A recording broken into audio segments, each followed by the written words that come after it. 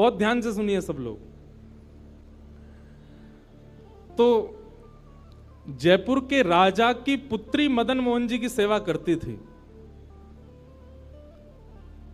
मदन मोहन जी को लाड़ लड़ाती, पूरे दिन उन्हीं को सजाती रहती, उन्हीं का श्रृंगार करती, सेवा करती। राजा स्वयं गोविंद देव जी की सेवा करते और उनकी जो पत्नी थी वो गोपीनाथ जी की, मतलब पूरा परिवार ही तीनों ठाकुर की सेवा करते थे। अलग अलग भवन में, अलग अलग महलों में ठाकुर जी विराजते थे। तो राजा की पुत्री का विवाह हुआ करौली राजस्थान में, जहां मदन मोहन जी अभी विराजते हैं। तो राजा की पुत्री का जब विवाह हुआ तो पुत्री से राजा ने कहा, बिटिया ये बताओ तुम्हारा विवाह है, तुमको हम दहेज में क्या दें? वैसे तो हमने सब दिया, लेकिन फिर भी तुम्हारी कोई इच्छा हो तो मांगो। उसने कहा, पिताजी मुझे सबसे ज्यादा प्रेम श्री मदन मोहन जी से है। आप माता जी और पूरा परिवार गोविंद देव जी गोपीनाथ जी की सेवा किया करो। मदन मोहन जी को मैं ले जाऊं अपने साथ, अपने ससुराल में इनकी सेवा करूंगी। बड़ी अच्छी कथा है, ध्यान से सुनना। राजा रोने लगा, अपनी पुत्री के चरणों में सिर झुका के बोला, मुझे क्षमा कर दे पुत्री, तू जो मांगेगी सो दूंगा, पर ये मेरे हृदय है, मैं इनको नहीं दे सकता। मैं वृंदावन से मुगलों से बचा करके इनको लेके आया हूं। वैसे तो ठाकुर जी को बचने की कोई आवश्यकता नहीं, ठाकुर जी कृपा करके आए हैं जयपुर में राजा के ऊपर, पर इनको देख करके मेरे प्राण बचते हैं। तू जो मांगेगी सो दे दूंगा। पर मदन मोहन जी बोले, पिताजी गोविंद देव जी गोपीनाथ जी हैं ना आपके पास में, मदन एक ठाकुर जी मुझको दे दो। यहां राजा की जिद हो गई, नहीं दूंगा। पुत्री की जिद हो गई कि मुझे तो चाहिए, नहीं तो मैं विदाई नहीं होंगी। राजा की पत्नी ने भी कहा, अब इतनी कह रही है तो आप दे दीजिए ना, हमारे पास 2 ठाकुर हैं, इनकी सेवा हम करेंगे विस्तार से। और वैसे भी मदन मोहन जी की पूरी सेवा बचपन से उसने ही की है।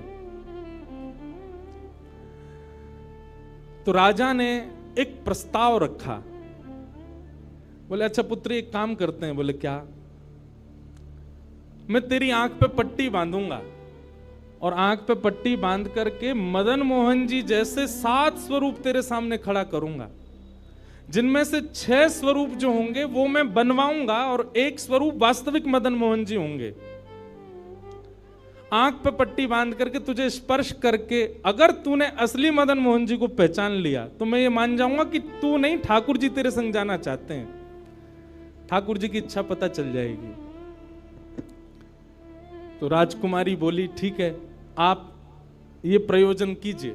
राजा ने महाराज कारीगरों को बुलवाया और मदन मोहन जी के डिट्टो कॉपी 6 स्वरूप बनवाए और 6 स्वरूप बनवा करके मदन मोहन जी सहित 7 स्वरूपों को खड़ा किया। पुत्री के आंख पर पट्टी बांध दी, एक जैसा इत्र, एक जैसी पोशाक, एक जैसा मुकुट, एक जैसा श्रृंगार, सब कुछ बिल्कुल एक जैसा। और कहा, पुत्री अब तू इनमें से जो 7 में से पहचान लेगी, अगर असली तेने पहचान लिए तो मैं तेरे संग भेज दूंगा। उसने हाँ तो बोल दिया, लेकिन वो कांपने लगी, घबराने लगी। जैसे ही उसने नेत्रबंद किए तो कथा ऐसी है कि वो रात्रि में जब सोई, अगले दिन परीक्षण होना था, तो रात्रि में जब सोई तो बहुत रोई और ठाकुर जी से कहने लगी, नाथ मैं आपसे बहुत प्रेम करती हूं, मैं आपके बगैर नहीं रह सकती, पर मेरे पिताजी की बहुत जिद है। अब कहीं मैं आपको नहीं पहचान पाई, मेरे तो प्राण ही निकल जाएंगे, विदा होना तो बहुत दूर की बात है।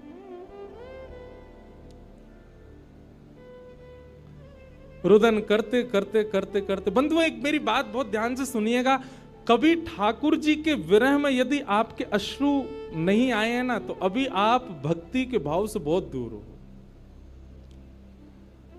आपको वृंदावन जाना अच्छा लगता है, वृंदावन में घूमना अच्छा लगता है, राधा राधा नाम ध्वनि पर झूमना अच्छा लगता है, कथाएं प्रवचन सत्संग बढ़िया लगते हैं, ये सब एक प्रथम सोपान, प्रथम सीढ़ी है। पर प्रमुख सीढ़ी तो भजन मार्ग या भक्ति पथ की विरह है। अगर वो आपके चित्त में कभी ठाकुर जी के लिए नहीं आया है तो अभी आप बहुत पीछे छूटे हुए हो। रात भर रोती रही और रुदन करते करते, नाथ मैं कैसे पहचानूंगी कि आप सत्य कौन से हो। मदन मोहन जी उसके स्वप्न में आ गए और स्वप्न में आकर के बोले, तू चिंता मत करे, तेरो ही मन ना है मो ले जावे को, मेरो भी मन है रो तेरे संग जावे को। अरे जे सब मेरी सेवा तो करें, पर तेरी जैसी सेवा तो कोई करेगा ना, मेरो भी बड़ो मन है तेरे संग चलवे को। तो उसने कहा, तो नाथ कुछ कृपा तो करो। बोले हाँ मैं एक काम करूंगा। बोले कहा, तू सबरे स्वरूपन को जब स्पर्श करेगी ना, तो असली मदन मोहन जो मैं हूं, तू मेरे हाथन को स्पर्श करियो। तो हाथ कैसे? ऐसे। ठाकुर जी त्रिभंग लली ठाकुर जी हैं, तो ठाकुर जी बोले तू मेरे हाथन को स्पर्श करियो, तो जितने मेरे अन्य स्वरूप हैं 6 वो तो ऐसे ही रहेंगे, लेकिन जैसे ही तू वास्तविक मेरे सामने आवेगी, सो मैं अपनी इकन्नी उंगली उठा दूंगा, अपनी कोने वाली उंगली उठा दूंगा।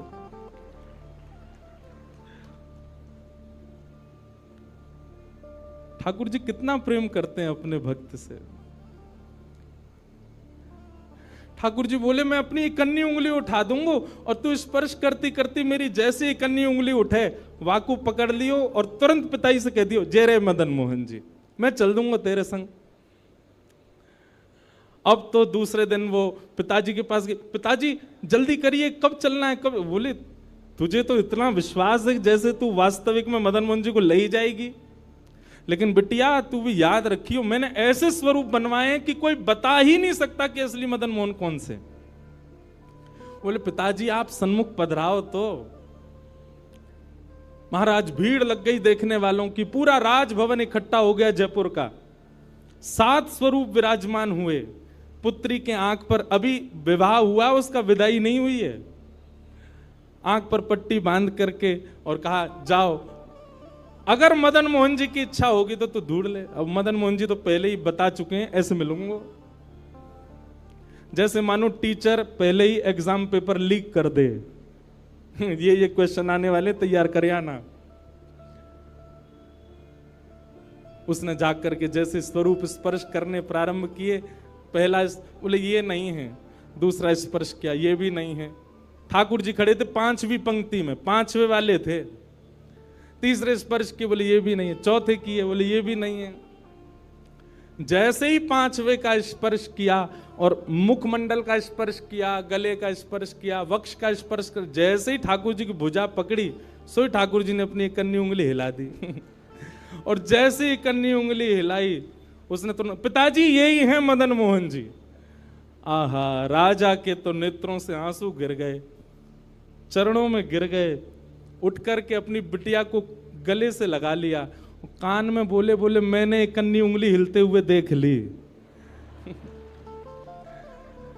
मुझे ये बात पता चल गई है कि भैया तेरी जिद नहीं है इनको ले जाने की, इनकी भी जिद है तेरे संग जाने की। और महाराज गाजे बाजे रथ में आरूढ़ करके श्री मदन मोहन लाल जी करौली राजस्थान को प्रस्थान किए। बोलो मदन मोहन लाल की। बिहरत निस दिन कुंज गलन में, ब्रज जन मन सुख धाम। मदन मोहन को रूप निरख के, मदन मोहन को रूप निरख, सनातन बल बल जाए। वृंदावन प्यारो वृंदावन, श्री वृंदावन मेरो। ये भैया ऐसे ही भजन नहीं बना है, ये ऐसे ही आपके झूमने के लिए कीर्तन नहीं, ये पूरा वृंदावन समाविष्ट करवा दिया हमारे गिरधरलाल जी ने एक ही पद में। पूरा वृंदावन विराज रहा है।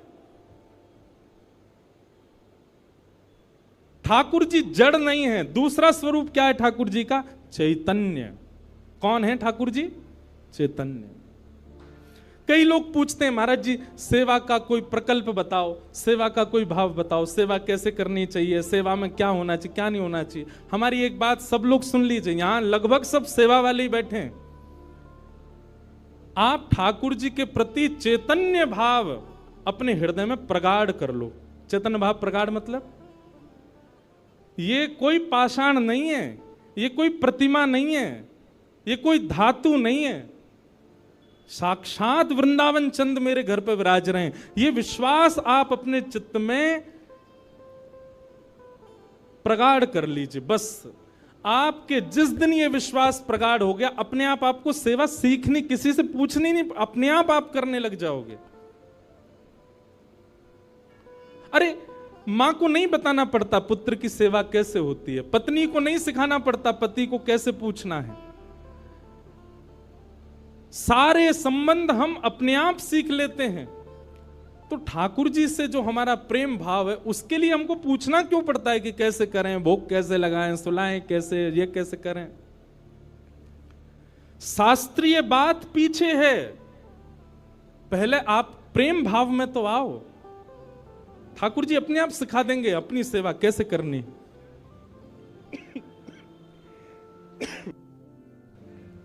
प्रेम भाव, उनके प्रति पाषाण की बुद्धि मत रखो, चैतन्य भाव रखो। जैसे आपके चित्त में चैतन्य भाव आया कि ये तो चलते फिरते उठते बैठते सब करते हैं, केवल मेरे सामने ऐसे खड़े हो जाते हैं मूर्तिमंत होकर के, मानो ये ठाकुर जी मुझसे कह रहे हैं कि तू अपनो इतना प्रेम मोह को प्रदान कर कि मैं चलन लगूं, मैं फिरन लगूं। सब लोग एक बात याद रखिएगा, जिसके भी घर में ठाकुर जी की सेवा है, ठाकुर जी हमको चैलेंज करते हैं, अगर तो में सामर्थ्य हो तो अपनी भक्ति से, अपने भाव से, अपने समस्त प्रयासों से तू मुझे चलवा के दिखा दे, तू मुझे बुलवा के दिखा दे।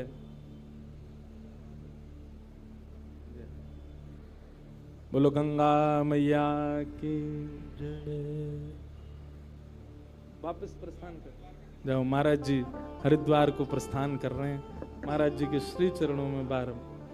हाँ आऊंगा महाराज जी, मैं दिसंबर में आऊंगा जल्दी। बोलो गंगा मैया की जय। मैं क्या कह रहा था, ठाकुर जी हम आप सबको एक चैलेंज देके रखें कि तो में यदि सामर्थ्य हो, मुझे बुलवा के दिखाए दे, मुझे चलवा के दिखाए दे, मुझसे कोई लीला करवा के दिखा दे। मैं तो ऐसे ही बैठा रहूंगा लड्डू गोपाल बने, तेरे प्रेम में सामर्थ्य हो तो तू करवाए ले। जिस दिन ठाकुर जी हमारे घर आ जाते हैं, उसी दिन से हमारी एक चैलेंज हमारे ऊपर आ जाता है, हम में सामर्थ्य हो, ठाकुर जी बोल के दिखा दें, ठाकुर जी कुछ करके दिखाएं। लेकिन हमको भी संतुष्टि है, ऐसे हैं तो ऐसे ही बैठे रहें, हमको लगता है ऐसे ही रहें, इससे ज्यादा कुछ करें नहीं। इसलिए ठाकुर जी को भी लगता है जब इसके चित्त में ही भाव नहीं है तो मैं और लीला क्यों ही करूं। चैतन्य भाव चित्त में लाओ। जैसे एक बालक जन्म लेता है तो माँ और पिता प्रतीक्षा करते हैं, अब ये कब बोलेगा, माँ कब बोलेगा, पापा कब बोलेगा, ये चलना कब सीखेगा, ये स्कूल कैसे जाएगा, ये बड़ा होकर के जॉब करेगा, बिजनेस आदि आदि सब भाव। ऐसे एक सेवक साधक के चित्त में भी अपने ठाकुर जी के प्रति भावना होनी चाहिए, ये बोलेंगे कब। हम एक बधाई गाते हैं ना नंदोत्सव में, उस बधाई में एक पंक्ति गाते हैं, धन्य घड़ी जब होए यशोदा मैया कह के बोले, नूपुर बांध दो चरणन में घुट मन डोले, नूपुर बांध दो चरणन में घुट मन डोले, पकड़े बाबा की उंगरिया तेरो ललना जुग जुग जीवेरी यशोदा मैया तेरो ललना। स्वामी जी हरिदास जी जब सेवा करते थे ना, तो ठाकुर जी बिहारी जी ऐसे ही नहीं रहते थे जैसे हमको दिख रहे हैं। स्वामी जी जैसे ही कपाट करते थे, सोई बिहारी जी बैठ जाते थे, बंसी वंसी सब नीचे करके हाथ सीधे कर लेते। मैं तो हार गयो पूरे दिन खड़े खड़े। स्वामी जी तुम बार बार पर्दा करते रहे करो, इसीलिए बिहारी जी में बार बार पर्दा आता। क्यों? ठाकुर जी उतनी देर बैठ लेते हैं, क्यों? खड़े खड़े थक गए। बहुत भाव है पर्दा के, पर एक भाव यह भी है। तो स्वामी जी को अनुभव होता है, तो इसका मतलब क्या है? ठाकुर जी लीला करते हैं, पर अब क्यों नहीं कर रहे? हमारे भीतर स्वामी जी जैसा भाव नहीं है। श्री हरिराम व्यास जी के विराज रहे ठाकुर जी बाबा के ठीक पीछे जुगल किशोर जी। मुंह को तो रूप देख के ही पता चल जाए कौन से ठाकुर जी हैं। जुगल किशोर जी, इनके चरित्र में आता है कि एक बार कोई साधक वंशी दे गया, और वंशी देख करके बोला हरिराम व्यास जी जुगल किशोर जी को वंशी पधरा देना, नई सोने की वंशी है। तो आपने श्रृंगार करके जैसे ही वंशी ठाकुर जी के हाथ ऐसे ही रहते हैं, तो वंशी पोली उसमें जैसे ही प्रवेश कराई, ठाकुर जी के हाथ का जो छिद्र है वो छोटा पड़ गया, वंशी बड़ी, लेकिन ज्यादा बड़ी नहीं, नेक बड़ी, नेक। तो व्यास जी ने थोड़ा श्रम किया, थोड़ा जोर लगाया कि वंशी कैसे वो भीतर जाए। तो जैसे ही जोर लगाया, ठाकुर जी का हाथ छिल गया और वहां से रक्त निकलने लगा, श्री जुगल किशोर जी के। हरिराम व्यास जी ने जैसे ही रक्त देखा, मूर्छित होकर गिर पड़े वहीं पर। और जब होश में आए तो अपने पुत्र को सेवा दे दी और कहा मैंने ठाकुर जी को श्रमित कराया है, अब मैं अपने आप को दंड दूंगा। तो क्या दंड दिया?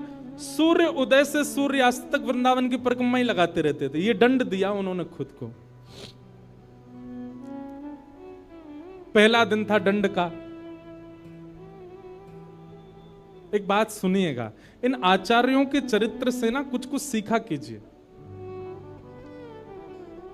आपकी सेवा में आपसे कोई अपराध बनता है, आपसे कोई गलती हो जाती है, आपसे कोई दोष बन जाता है, तो उसके लिए आप जाकर के पूछते हैं हमसे अपराध हो गया, हम क्या करें? पूछिए मत, स्वयं को अपने आप ही दंड उत्सव मना लीजिए। और दंड उत्सव क्या है? तुरंत वृंदावन जाओ, एक परिक्रमा लगाओ, किसी वैष्णव को प्रसाद पवाओ, ब्रजवासी को कुछ दे करके उनको प्रसन्न करके आओ। यही दंड है वैष्णव अपराध का, भगवत अपराध का। तो श्री हरिराम व्यास जी वृंदावन में भ्रमण करते रहे, परिक्रमा लगाते रहे। परिक्रमा करके रात्रि में जैसे ही लौट करके आए, बहुत सावधानी से सुनो, तो शयन का दर्शन करने जब गए तो शयन के दर्शन में आपने क्या देखा कि जुगल किशोर जी ने स्वर्ण की वंशी धारण कर रखी, वही वंशी जो सुबह वो पधराना चाह रहे थे। उन्होंने अपने पुत्र को बुलाया, पुत्र को बुला के बोले ये वंशी सुबह ठाकुर जी के हाथ में नहीं आ रही थी, अभी कैसे धारण हो गई? बोले पता नहीं पिताजी, आप तो चले गए थे, मैंने वंशी उठा करके धारण कराई, ठाकुर जी ने धारण कर ली। हरिराम व्यास जी ने जैसे ही वंशी निकाल करके देखी तो क्या पाया?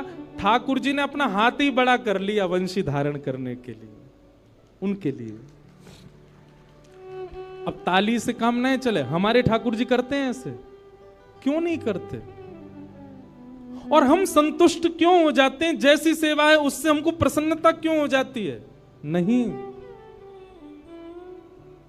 ये इस बात का प्रमाण है कि कहीं ना कहीं हमारी भक्ति में, हमारे भाव में, हमारे प्रेम में अभी वो स्तर नहीं आया कि ठाकुर जी उसको स्वीकार कर लें। इसलिए भैया, सबसे पहली बात भक्ति में, सेवा में सबसे पहला प्रकार, ठाकुर जी को आप चैतन्य मानो। वो जड़ नहीं है, वो पीतल के नहीं है, वो अष्टधातु के नहीं है, वो मार्बल के नहीं है, वो साक्षात ठाकुर जी हैं, वो साक्षात चैतन्य है।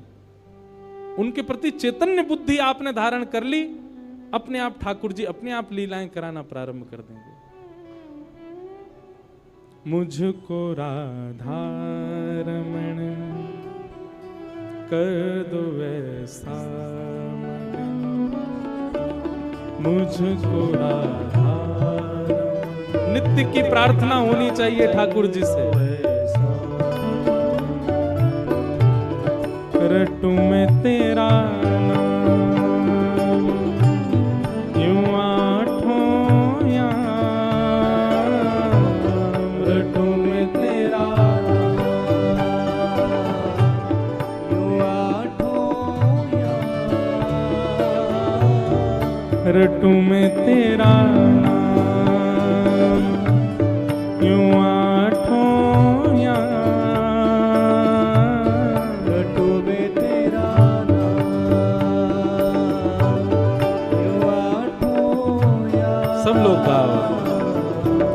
मुझको राधारमण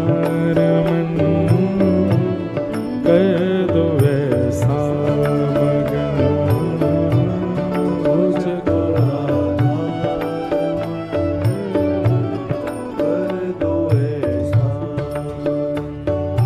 हो करुणा निधान मुझ पे कृपा कर रीजिए, करुणा निधान मुझ पे कृपा कर रीजिए,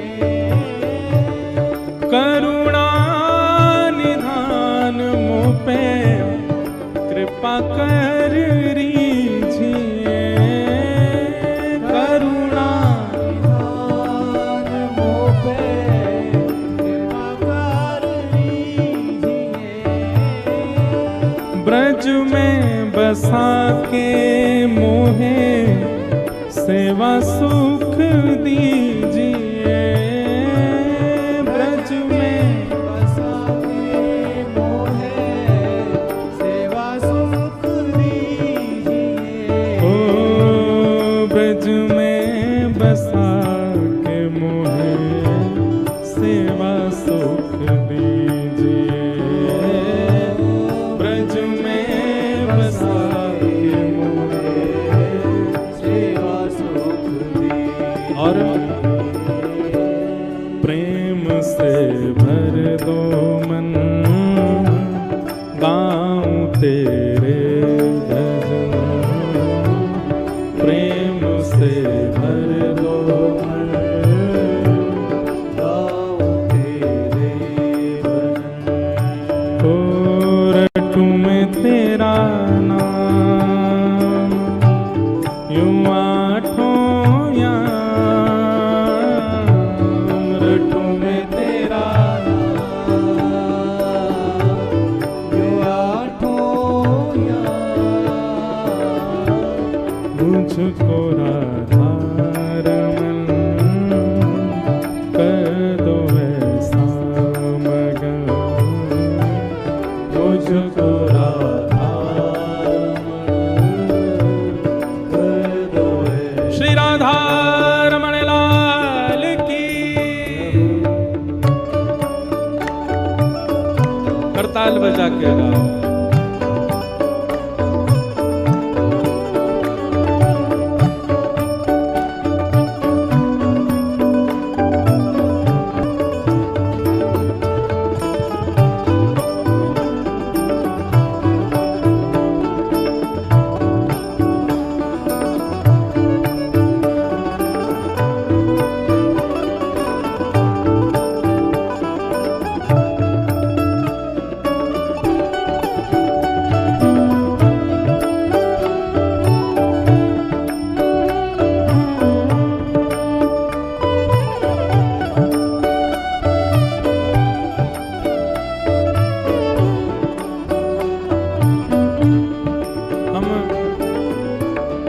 पर चर्चा कर रहे हैं कि ठाकुर जी को चैतन्य मानो, वे पाषाण नहीं है, वे पाषाण तो हमारे लिए बन करके खड़े हैं कि तू अपने प्रेम से मुझे चैतन्य बना। वो चैतन्य ही हैं और उसी भाव की पूर्ति इस पद के दूसरे भाव में, दूसरे अंतरे में होती है।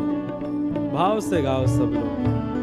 भाव भरे भूषणों से आपको सजाऊं मैं, भाव भरे भूषणों से आपको सजाऊं मैं, भाव भरे भूषणों से आपको सजाऊं मैं, भाव भरे भूषणों से आपको सजाऊं मैं। और नित नव भोज निज हाथों से पवाऊं मैं, नित नव भोज निज हाथों से पवाऊं मैं। ओ नित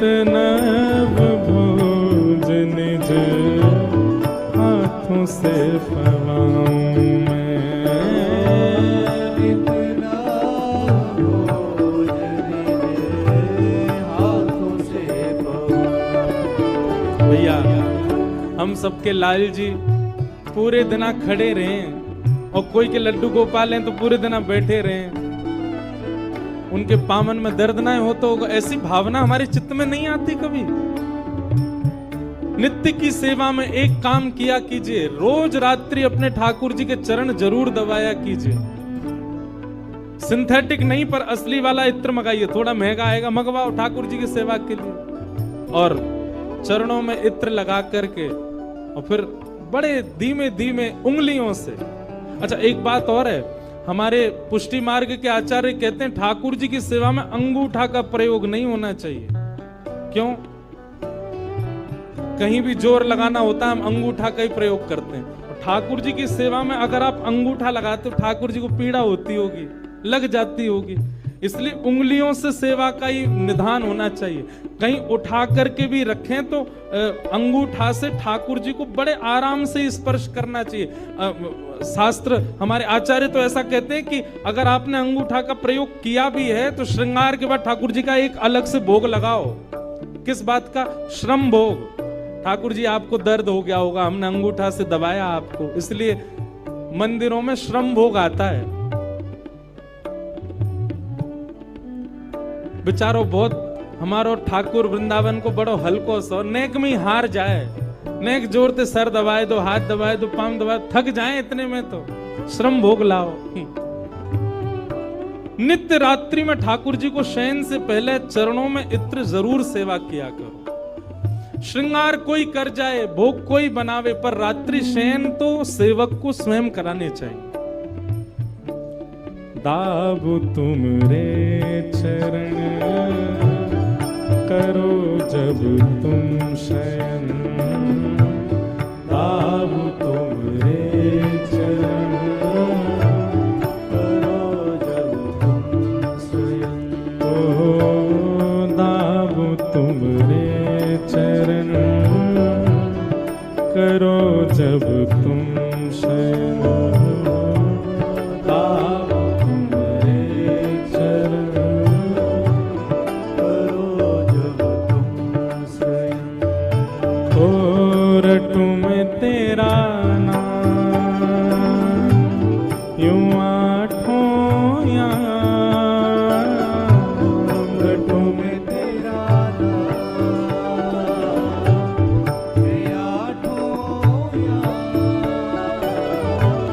रटू में तेरा नाम यूं आठों याम, रटू में तेरा भाव से मुझको राधा